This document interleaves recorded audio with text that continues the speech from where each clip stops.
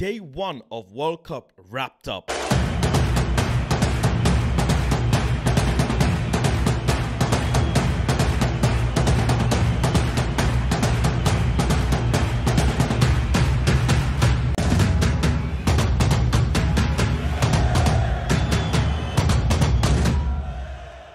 Hello and welcome to Planet Faz. I'll be bringing you a video every day of all the top things to talk about of World Cup 2022. So make sure you hit the like button and also subscribe and hit the bell notification on the side. Well, let's start off today.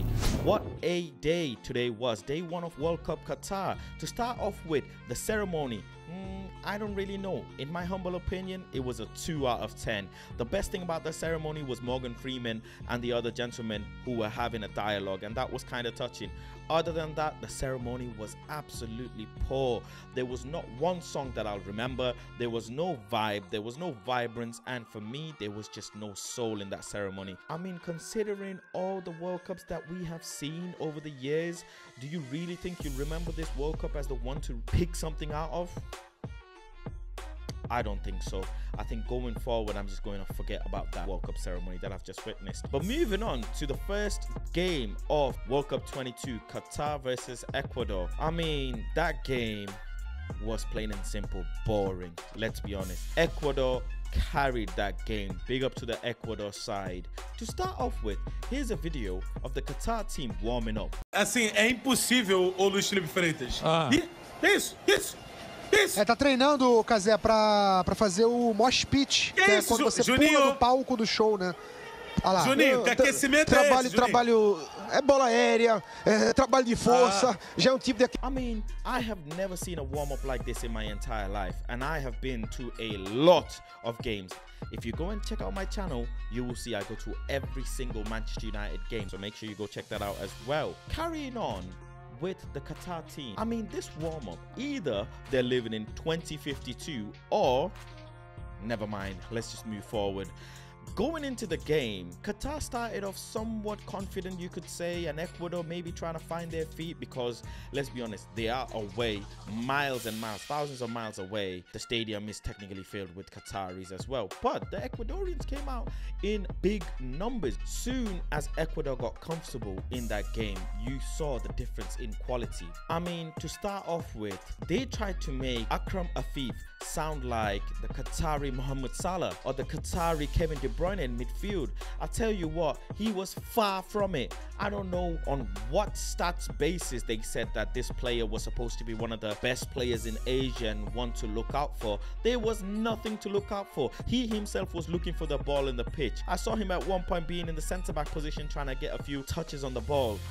That was absolutely embarrassing football by Qatar, I'll be honest. They made no chances. They had 0 shots on target. They couldn't string 3 or 4 passes together. You saw that there was no talent in any of those players on the pitch. Nobody tried to take the game by the scruff of the neck and said, you know what, Ecuador are in our turf. Let's go and take the game to them. Nothing. I'm very disappointed, especially from the host nation. You don't expect things like this. Now, going into the game, you see Ener Valencia, the main man, the player for Ecuador, who absolutely tore it apart.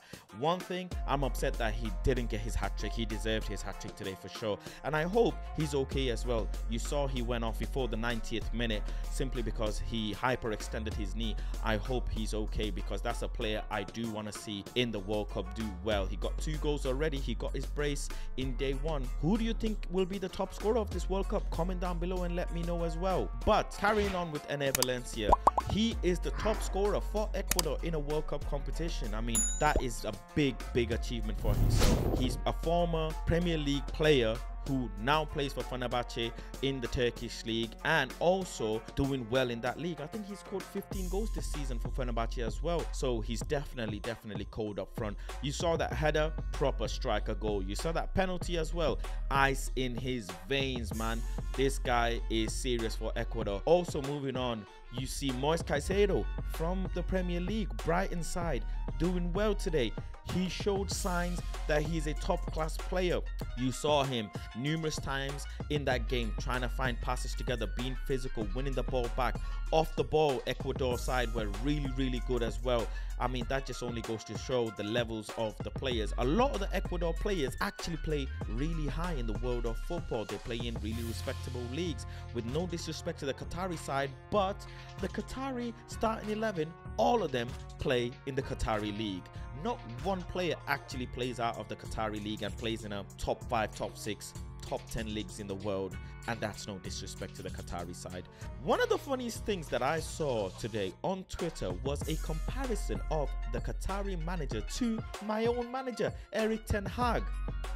No, that was negative Ten Hag, not Erik ten Hag. But nonetheless, there are a couple players to look out for in this Ecuador side for sure. Angelo Preciado, right back, who plays out of the Belgian league, Genk, I think that's how you pronounce the name. One to look out for sure. He got a beautiful assist today.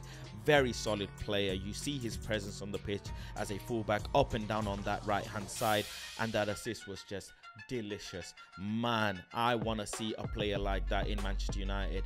But I'm very much looking forward to tomorrow. There's England versus Iran, there's Senegal versus Netherlands, and there is USA versus Wales. So some big games coming up tomorrow. I'm very much looking forward to.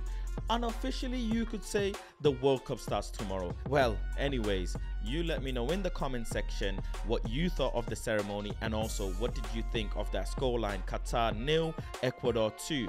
What did you think of Valencia? What did you think of Caicedo? What did you think of Akram Afif? What did you think of the goalkeeper for Qatar, who had a nightmare as well? Let me know. Do you agree with me or disagree with me?